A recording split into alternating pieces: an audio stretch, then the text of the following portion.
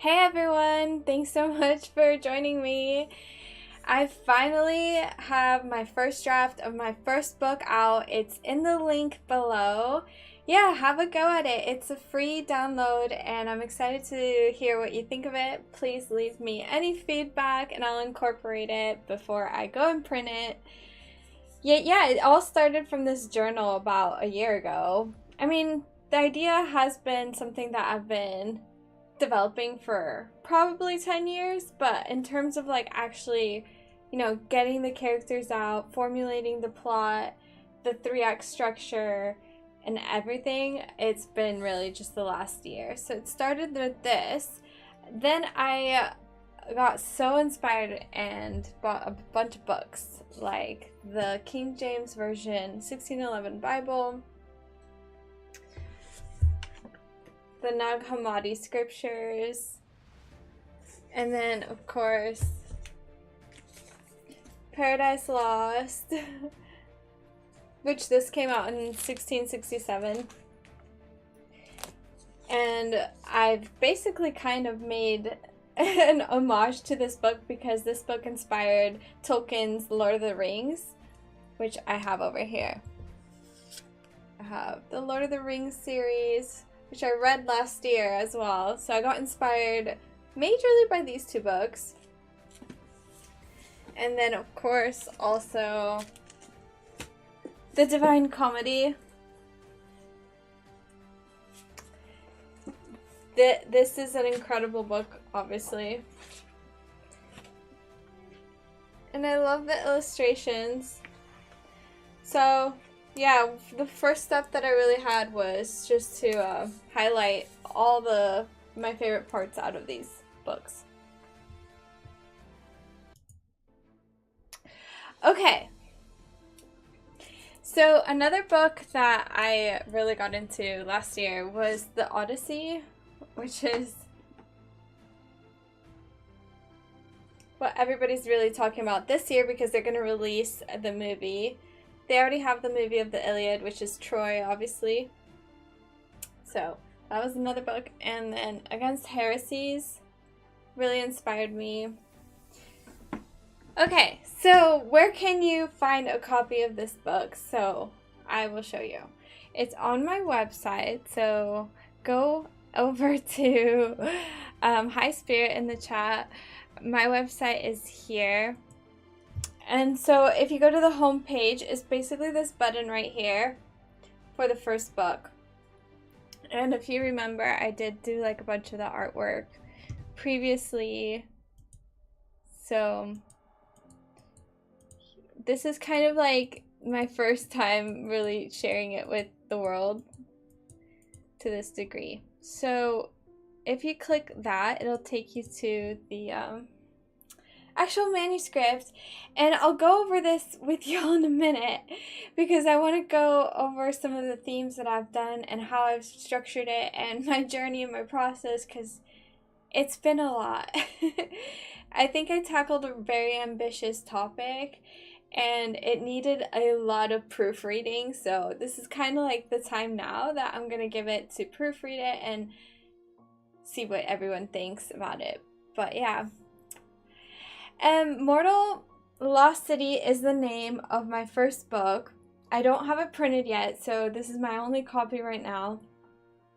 I'm going to print it once I've got some feedback. So if you want to be one of the first beta readers, go on right now and have a look. And yeah, drop me any notes. I also will go over like the presentation I did last year. But I'm using a pen name, my YouTube, for this book series because I thought it was a lot more fun. And then I had to get it out today, February 7th, because I am turning 34 tomorrow, so today's my last day ever being 33, and I really loved this year. I feel like I took the most out of it I could because I really started, writing this down last year, and now a whole year later I've got like a really good draft and I'm ready to publish soon. So Oh, thanks so much in the comments. I appreciate it. Okay, so I will scroll a little bit further. Acknowledgements. Thanks to everybody who helped contribute to this story. Furthermore, Lilith is such an interesting character to me in history, and all her iterations, like the immortal goddesses of Kali, Hecate, Frigg, Trivia, and Sophia. And then specifically thank you to J.R.R. Tolkien, H.P. Lovecraft, and John Lennon, and Jim Morrison. I've got to include that. And here's some fair use that I've added into the series. And yeah. So here's the synopsis. Mortal Lost City, I'll read it, is a retelling of the world's creation as it might have been told in the Lost City of Atlantis, and how Earth began from source, which is really order and chaos, and they wrought the aeons. So I'm using a lot of the archaic language, and from there leads to a Pantheon Academy, where basically all the numbers are individuated, and it's like kind of like Harry Potter in a sense that they all go to like a castle or an academy, and they all learn about the power of their numbers, basically. And they're also like soulmates in this series, so a lot of it has to do with a thing called a twain. And yeah, so basically Sophia creates Saturn, the demiurge, and traps Lilith, Adam, and Eve, and Satan. And then the whole story arc is really about the story of Jesus, which is Jesus, who descends to help the lost souls. But it goes from all the way from like, I don't know, ultra high arc heavens to the creation of the earth. And yeah, it's kind of like the story of creation according to the Gnostics. It is. That's why I have the Nag Hammadi, and that's why I also have this book, because these two are basically the story.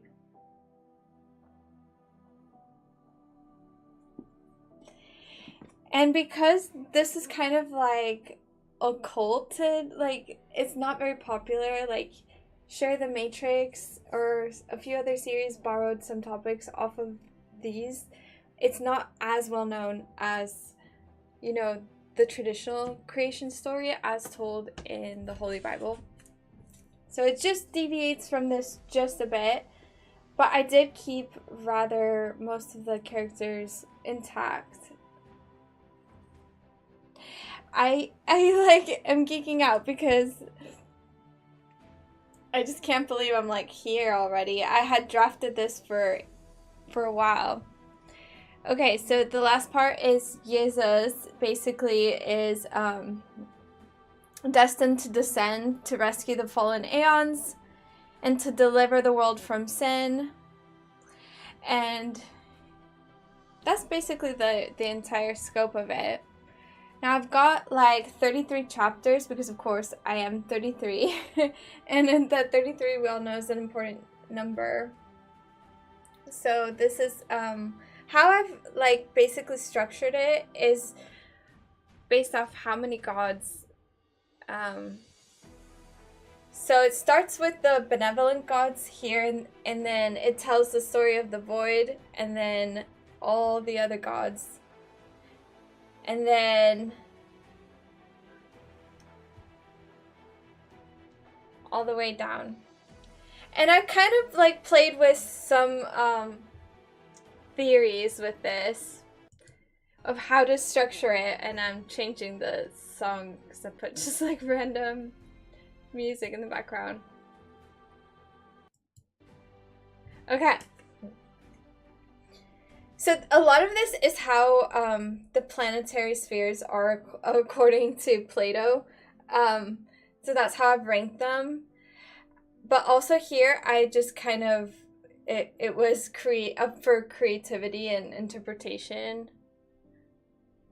But a lot of this is based off other pantheons and lore. So, yeah, the feedback that I'm looking for is like plot points, characters, dialogue, world building, themes, and if any of it makes sense to you or feels like out of place. Yeah, these are the things that I'm looking for.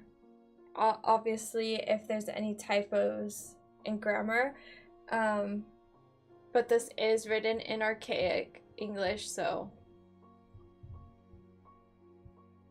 there's going to be a lot of typos perchance, because this kind of language is really different, right?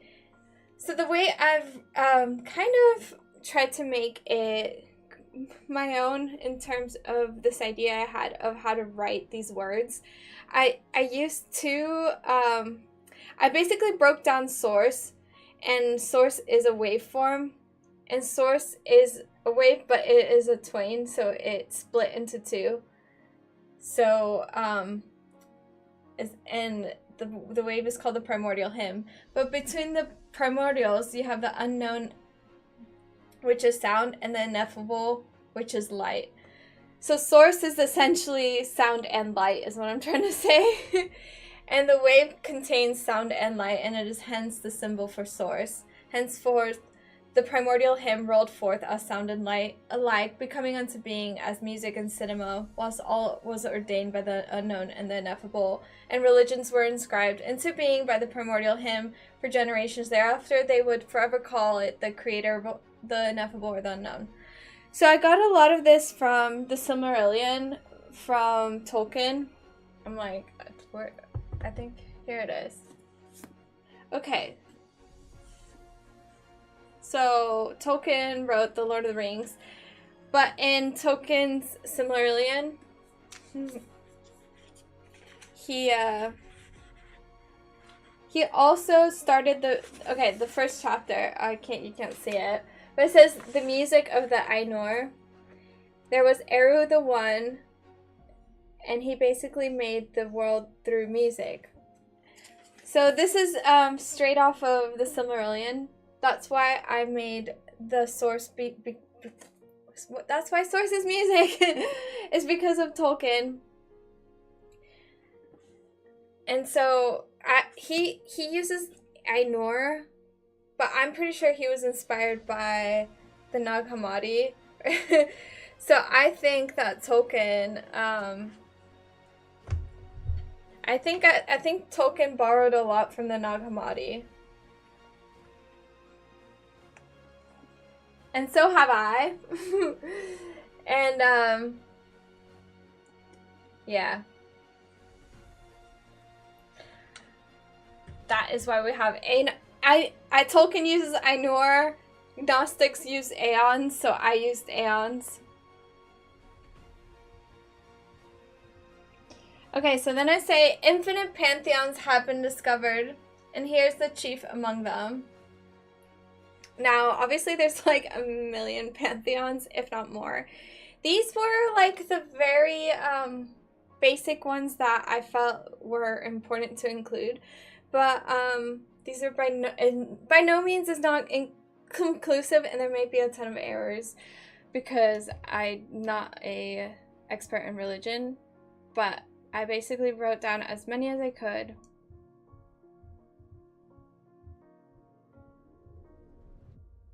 Okay, so the immortal realms I wanted to play around with beings that were beyond immortal with the I. So I made up a word called immortal with the A-E.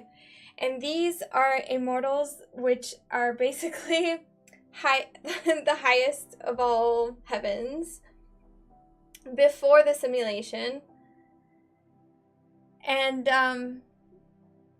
these lived in the immortal realms, and basically the immortal realms are like the highest heavens of all time. So Dreamtime, Cosmic Egg, Moksha, Atzulit, and I think in Judaism, Olympus, Greek. Nirvana, Buddhism. So these are realms, right? Yggdrasil, Norse. These are realms high above, beyond the simulation. This is what I was trying to get at with that. So order is like one of the first gods. So order was one of the first immortals. And here's some order gods.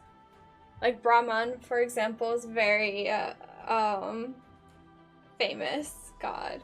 Ein Sof, I kind of making this up. It's not necessarily a being.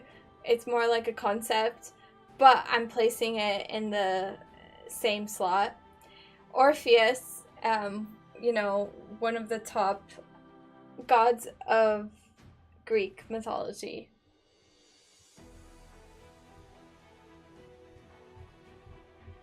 Okay, so because there's order, there's chaos, right? This whole thing is about twains, so source is twain, sound and light, order and chaos.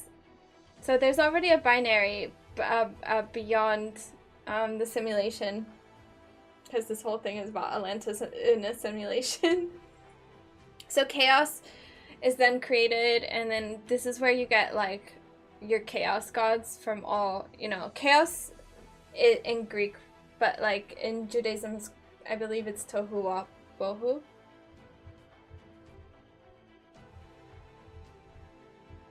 Okay, so this is another type of god. I call it the exalted. They're kind of like next level. Or Ein Sof, Aeon. These are just an example. And then we have the void gods. So the void has really inspired me in my journey. That's why this whole channel is called Net Void. And so these are gods of void.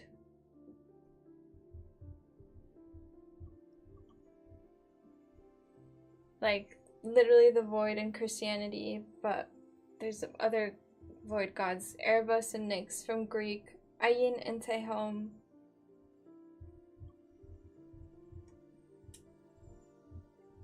So, this is technically the first chapter now. So, this talks about the gods basically making these aeons of 0, 1, 2, 3, 4, 5, 6, 7, 8, 9 as they're in their own pantheons in the immortal realms. And then these gods start to make the earth, right? And anyway, all sorts of things happen because this is the structure that they were meant to do. Like, each aeon was meant to emanate and then create more aeons. However, this order got upset because of conflicts, the major conflict. But I don't want to spoil it too much. But yeah, it basically starts off with like a almanac to the world build. And then it goes into the story. And now I want to go back and just go through some of the artwork that I had before. Okay, so this artwork is kind of the prototype. I'm probably going to change a lot of it, but Mortal Lost Cities, the cover is going to look something like this. And it's inspired by Jason and the Argonauts, Atlantis, Harry Potter, Rings of Power, and Percy Jackson. And I'm hoping that is kind of like a combination, as you can see from what I've already read to you. And this is really inspired by the Gnostic Nag Hammadi, which I just pulled the book out, right? And the other books are going to be inspired by the Holy Bible. Tolkien. So really, this book is about the primordial creation, Genesis, Eden, Atlantis, and really ancient Greece. And then the other books kind of continue from there, and they're all like so different. But yeah, thanks so much to all you viewers. who have really helped me, and I need to update this because this was from last year. There's some of you that don't want to be listed too, but I basically was inspired by William Shakespeare, Sherlock Holmes, Lord of the Rings, Neuromancer, Game of Thrones, Harry Potter, The Da Vinci Code, Twilight, and the Hunger Games, and I have a lot of them actually in my bookshelf right now. Film series inspired by The Beatles, Alien vs. Predator, Terminator, Back to the Future, Men in Black, Matrix, X-Men, Pirates of the Caribbean, and Knives Out. Now, I know this seems quite eclectic because, like, the first book only really hits a few of these, like maybe Matrix and X-Men, but, like, in totality, between all the series, Flash Gordon, That 70s Show, Roswell, Futurama, Skins, Sense8, Bridgerton, Emily in Paris. These are the TV shows that I grew up watching. And the anime, Dragon Ball, Sailor Moon, Aeon Flux, Ghost in the Shell, Pokemon, Totally Spies, Death Note, Sword Art Online, and Psychopaths is a combination of that as well. Disclaimers. Okay, again, this is a work in progress, and there might be a lot of gods that are not in the correct order, and please, that's the first thing I'm asking for feedback on is if the gods make sense, because there's a lot, and there's conflating opinions as to, you know, which god is, it has what powers in which pantheon, and there's no way that I'm gonna do this correctly, so I'm putting it out into the world so that hopefully it resonates, and if not, I can change it. But these are the main characters. Orpheus, Bythos is the void god, Odin, Jesus, and the Gnostic Jesus is called Logos, and of course Lilith, Shiva, Eros, god of love, Bastet, Mimir, and then the main characters, obviously Satan and Lilith. They're kind of like the archetypical heroes. They're anti-heroes. Okay, so the conflict is really with the enemy, which is Cronus, but he's really the demiurge, which the goddess Discord, and some of the archons like Poseidon, Baal, and Apollo. But Yaldabaoth is Saturn, and Saturn's wife, Sin. Sin I took off of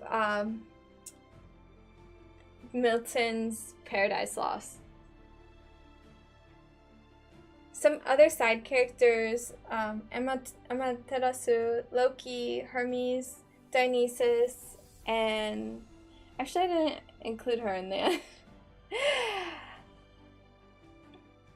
But in the same genre. Adam, Nimrod, Odysseus, Akhenaten, Nefertiti, Homer, and Hesiod. These characters, a lot of them I did end up including.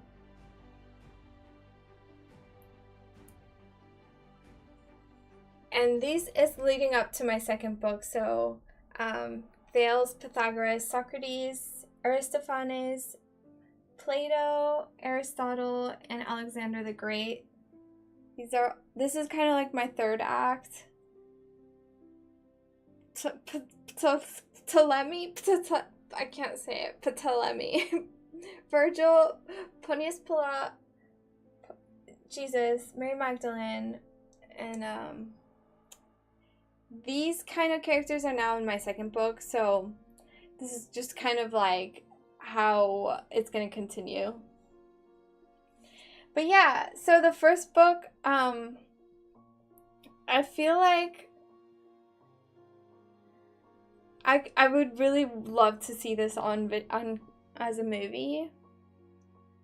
So that's kind of what I'm gonna work towards. So I'm gonna try to print it out as a book once it's all edited, like through beta readers, and then after that, I will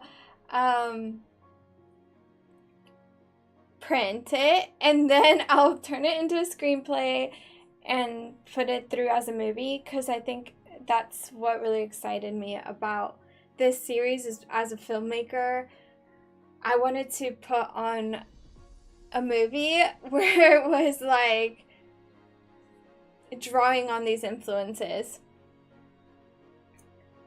Yeah, so I can't wait for the next few series books to the series, but it's gonna take me a few years.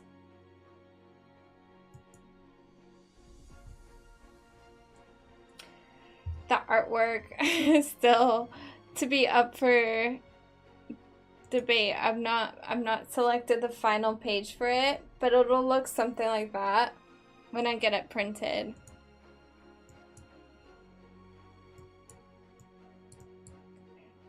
Alright, so some of the scenes you can expect. So Lilith cries to her roommate Sophia. Sophia creates the simulation in secret. The demiurge becomes too powerful and dangerous. What else?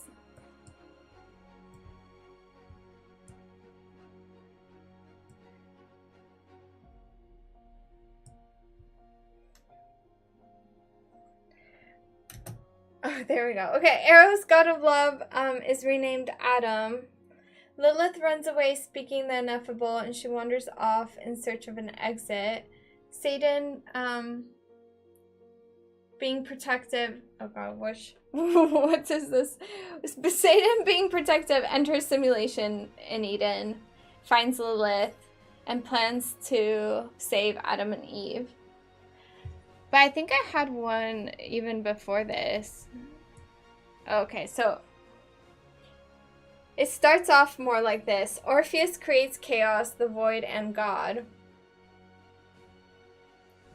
Which I kind of showed you guys in my early pages. And then the gods for all religions, they go to this primordial academy.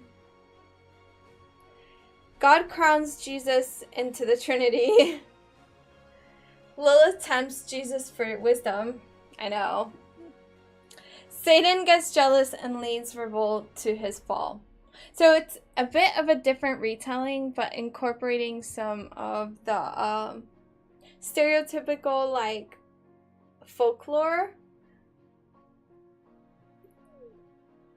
Primarily, like, Lilith being the main character now. And in a in a story that relatively it doesn't include her. Like, for example, she's not really included in the Bible.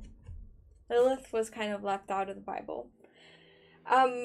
Yes, there's a lot about creation, and I drew about a lot of works cited, not just the Bible. I did look into the Sumerian tablets, Theogony by Hesiod, which is the Greek creation story.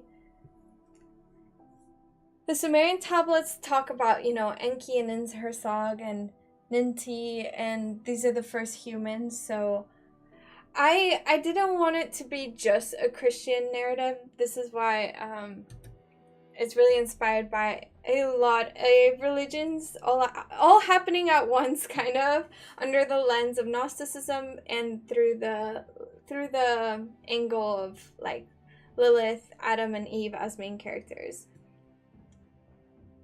Okay, let's keep going with the visual board. So Satan spies and hears about the Tree of Knowledge where Adam and Eve are stuck. Lilith transforms into a snake to reveal truth. Lilith tempts Eve to escape the trap set by the simulation. Eve tempts Adam to escape the simulation. Adam and Eve break out of the simulation. And the demiurge descends to scold and trap everyone furthermore.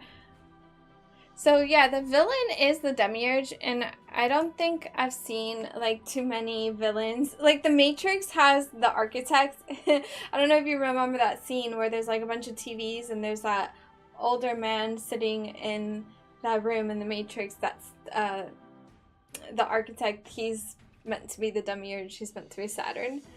But I've never really seen it otherwise play out, so this is like one of the first series that I've seen where it's like, for real, the demiurge is the enemy.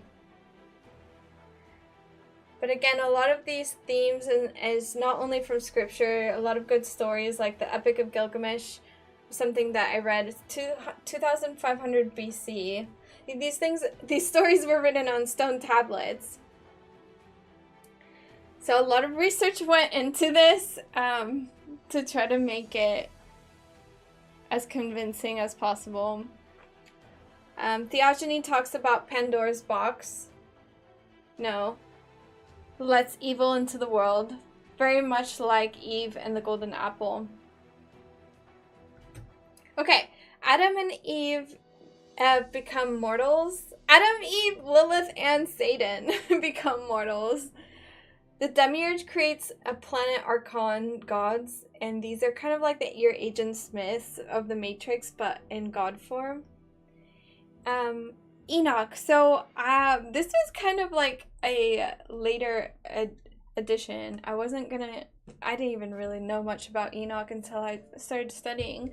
And then like halfway through the year, I got this book because I was like, oh, what? Like I couldn't even believe this book existed. But it's called The Books of Enoch. There's apparently 3 because there's 3 translations, but they're all included in this book.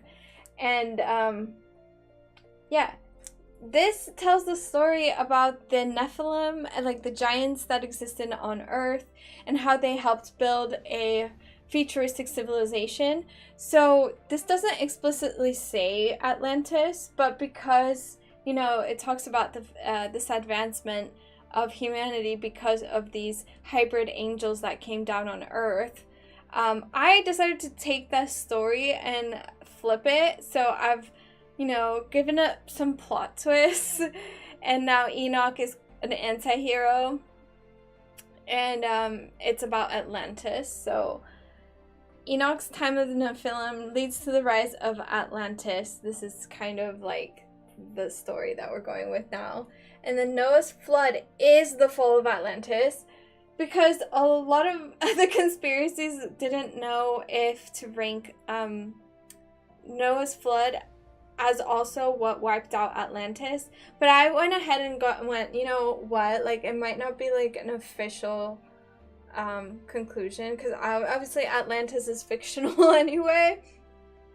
But at least in this novel, I could really play around with that. And then ancient civilizations learn from Thoth. So Thoth is a main character. He's more like the hero of the story, because my main characters are anti-heroes.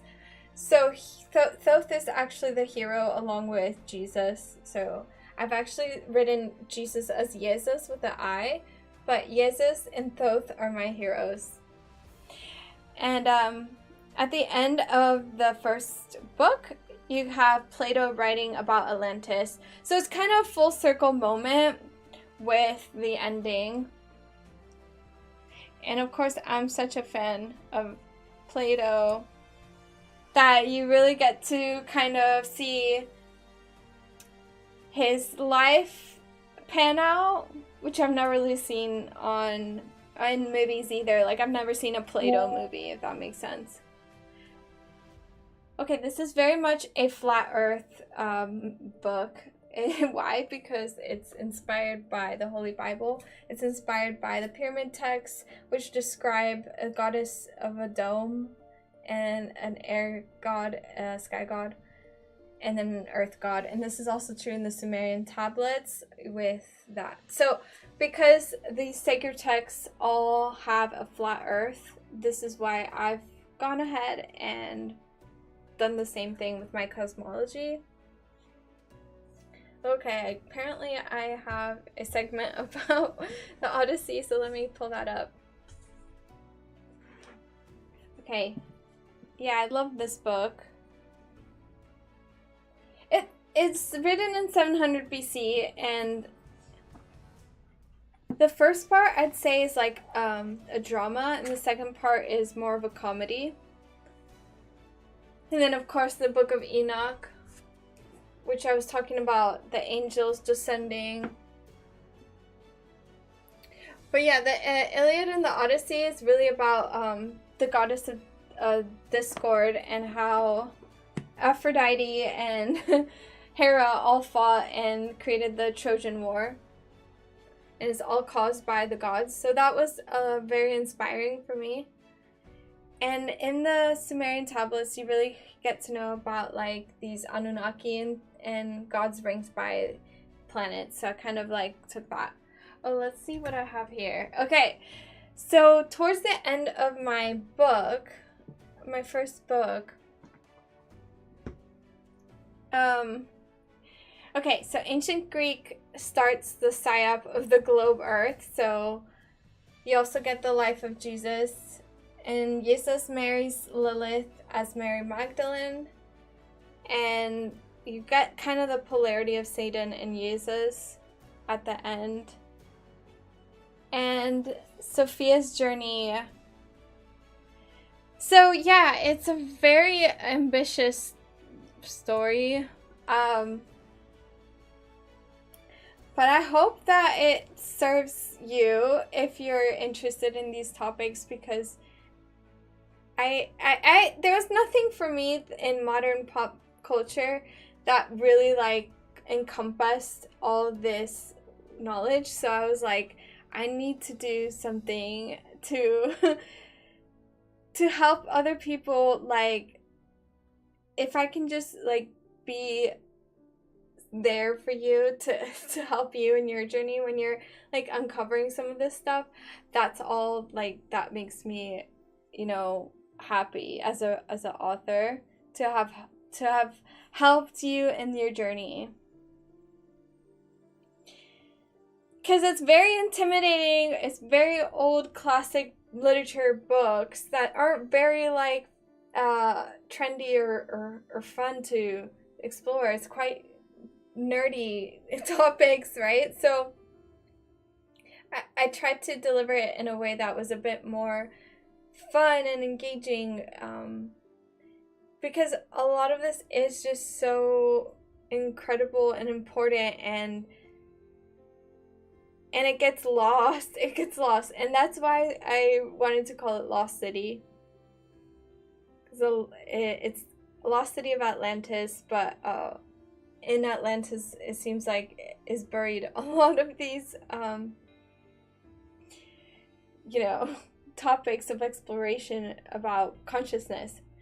Paradise Lost versus my book. Yeah, it very much so an homage. Like, I took basically some of the same characters.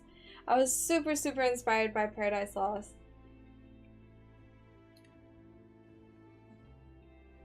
And he also wrote, John Milton wrote it in 1667, but he also wrote Paradise Regained.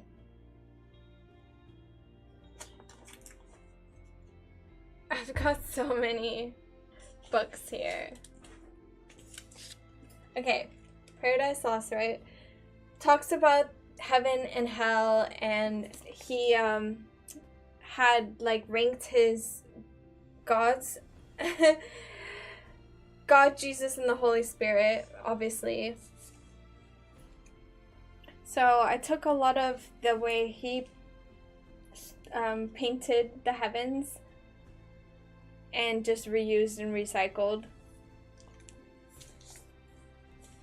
Because this book is fair use now, since it was written in the 1600s.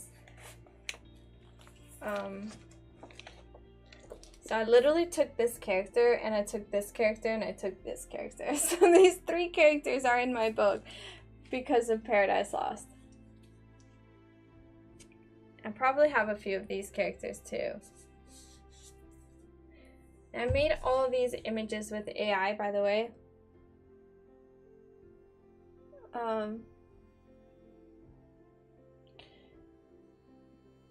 So yeah, a lot of characters. It was gonna be ambitious from the start. It still feels like it needs a lot of attention to detail, but you know what? I'm happy with where it is now. Adam, Eve, Satan. Satan, God's attorney, wants a crown, gets jealous. Jesus, the Holy Trinity, the Son crowned. Sin spawns from evil. Satan creates sin. The fall, there's a war in heaven. Earth, Genesis. Hell, Satan's counsel. You know that quote, better to reign in hell than to serve in heaven? I took that quote. Death spawns chaos. Earth is created. See, these are a lot of the same story settings that I took for my novel.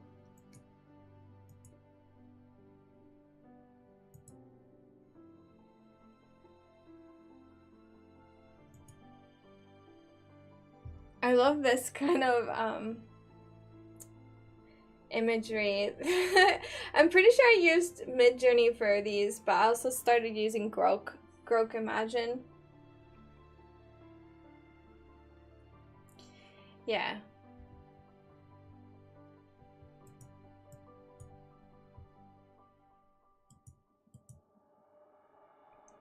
And then obviously a lot of this again was inspired by Lord of the Rings. And yeah. Oh, thanks so much, Sports Gematria. Oh, that means the world to me. Thank you. So Lord of the Rings is obviously everyone's favorite book series, movie series. But I really, really loved Silmarillion and how Tolkien had break down his pantheon. And this is really what got me thinking and what made me end up with a pantheon myself. So yeah.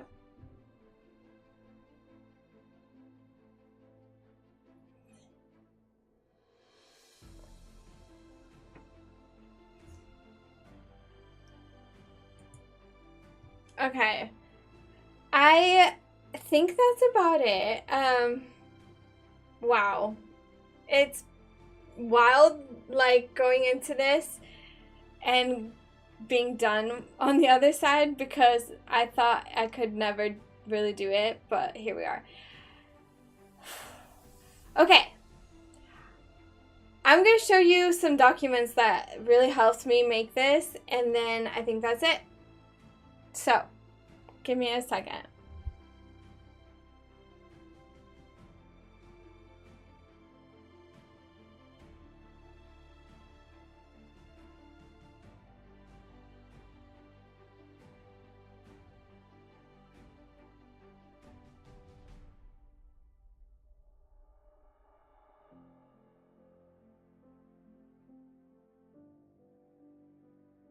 Okay, so you guys have seen this before. I'd imagine I've shared it with you guys. This is what first started my research, is figuring out, wait, let me just, here we go. Okay, figuring out the gods. So do you see, like, all of these are pantheons? So yeah, I just made them all like that. So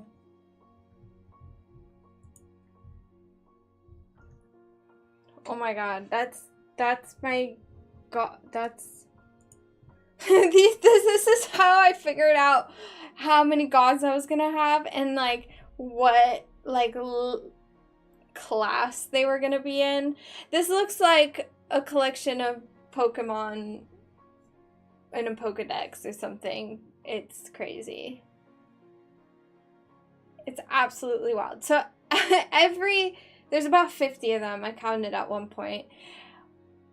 Every column is a pantheon. Like, you're gonna have Sumerian, Egyptian, Hindu, Greek, Norse, you know, and so on. And this is chronologically. So we're starting from, like, the very beginning, which is shamanism and, like, Dreamtime and Native American, you know, religions and things like that. And going all the way to the new age stuff, which is more like even Scientology or, you know, Mormonism. And then in the middle is your, like, bulk of it. And then on the rose side, the rose is the closer to source. So source is at the very top, and then so it's your most benevolent. And then as you go down is your most, like, evil archon, you know. Yeah, it's an encyclopedia for gods, for real.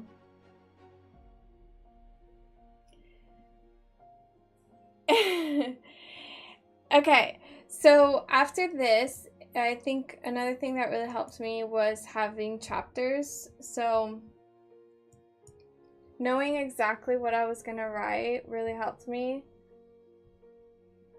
And so you kind of break it down by acts.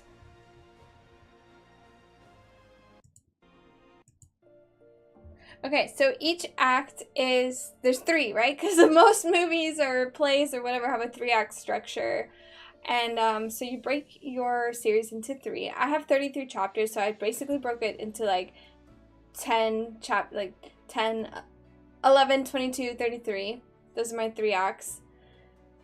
So here's the first act is 1 and 2 and 3, right? So break your novel down by 3 acts. Figure out what characters you want to introduce in each chapter.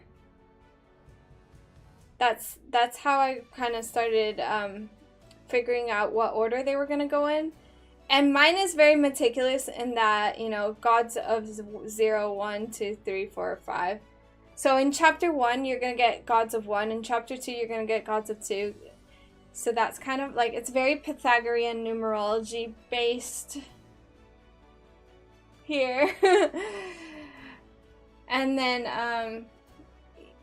I tied it to a plot point for each chapter, and I also tied some quotes from, like, the book that I wanted to give homage to.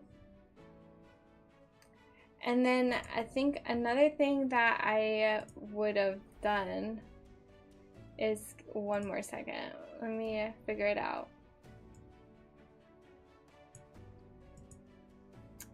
I'm like, I know there was a bit more that I had. Oh yeah, this stuff was crazy. Okay. Okay.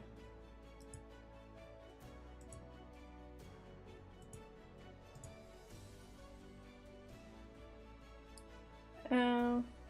Okay, cool. All right, so this is because I had characters that are going through cycles of reincarnation, so the same soul is going through multiple avatars. This really helped me figure out, okay, in what timeline is this character? So this is the protagonist, so this is Lilith. Who is she embodying in each era? So, and then I've got her love interest, and then kind of like the fellowship, the Lord of the Rings fellowship, my version of it. And kind of like the other archetypes that you have in a story, which is like your mentors, your, like, you know, Dumbledores and Obi-Wan Kenobis and that sort. Then you have your family, like the Potters, the Weasleys, and then you have, you know, kind of like the enemy tricksters, villains. So that's kind of like something that I was also figuring out. this is how I wanted to pay homage to certain chapters to the Bible and things like that. I didn't end up using it that much. This was a archive of all the books that I read to like basically that inspired these series. So like Pythagoras' Golden Verses, for example, is here. And then I have all my notes from it.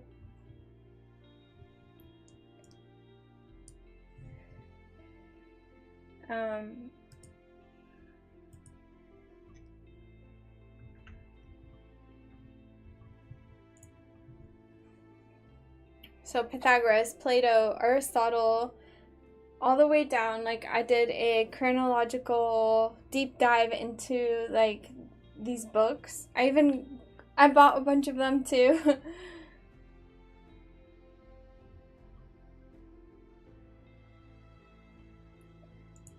And then I think that's about it. I'm trying to think. Full characters. Oh yeah, this is like a cheat sheet for different series that I like, and this is kind of like what I felt like was the pacing for those series and what inspired me. So Mortal Instruments, Lord of the Rings, Harry Potter, Percy Jackson, Star Wars. I tried to figure out like what is their major plot point, and I copied mine own. So these are just some tools that I was using that really helped me write, and hopefully as if you're seeing my vision and you're trying to start out like me, then you've got like kind of an idea of how I did it, because I was once like you, like feeling like I would never get it done, and here I am getting it done. So yeah, I think this is something I was starting. It was like also like plot holes. Like this was something that really annoyed me, is like I had so many questions, but yeah, there's obviously sometimes when you're like building all these spreadsheets that you don't need all the time. Like it just got to a point like there's too many spreadsheets. But yeah. Okay, that's it for today. Yeah, it's officially my 34th birthday, guys. I can't believe it.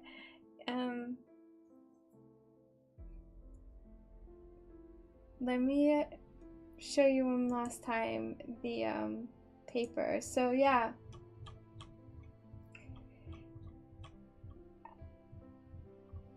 There we go. Okay, so I feel like there's too much to read. It's obviously 400 pages, 410 or 11 pages. Oh, yeah. I think if you're used to reading Tolkien and other literary sources, I think it'll be an easy read. Because a lot of it is very encyclopedic, like an almanac, so it's more like a reference book as well as like an adventure story. Alright, so yeah, that's it for now, you guys. Thank you so much for staying tuned and hearing some of the process that went into this. Oh yeah, I almost forgot. I made a bunch of like promo things for it. This is Lilith.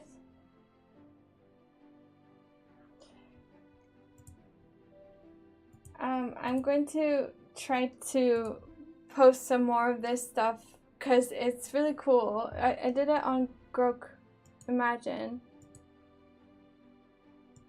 I love like the energy kind of vibe to it.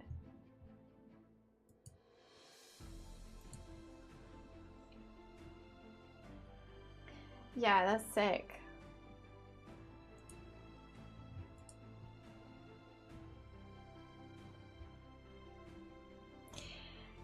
Basically, this series is very much Satan and Lilith coded, right? So,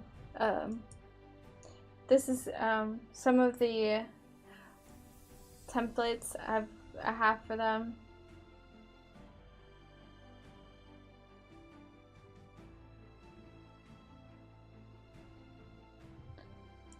So, yeah. Oh my gosh. That's it. Thank you so much for joining me, and I hope you have an awesome weekend. See y'all next time. I think I have plans to go over, I think what's next? Wait, 1 second. What is next? I have something planned this year, but I can't forget. I can't remember. I mean, this month. Oh, right, Assassin's Creed. Okay, yeah. The reason I wanted to do that next is because my next installment of this series is going to be about more of the Old Testament times. So up into it's from Old Testament to the 1800s. So it's gonna cover more of like Assassin's Creed, Game of Thrones type era. I have all the Game of Thrones books that I have to start looking into too. Oh my gosh.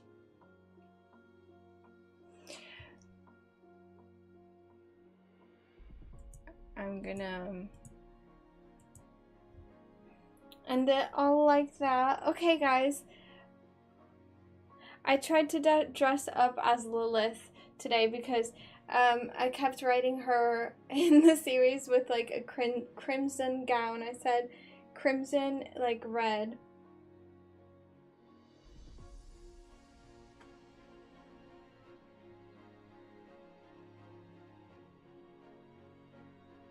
I just can't believe I'm not going to be 33 anymore. Like, what? That's crazy. I want to be this age forever. It's weird because it's like, oh, this is the last time I'll be this young. And I think part of the reason why I wanted to focus on a fiction novel was because I wanted to preserve like my youthful energy and like my creativity and my imagination. And yeah. Alright, y'all. This time for real.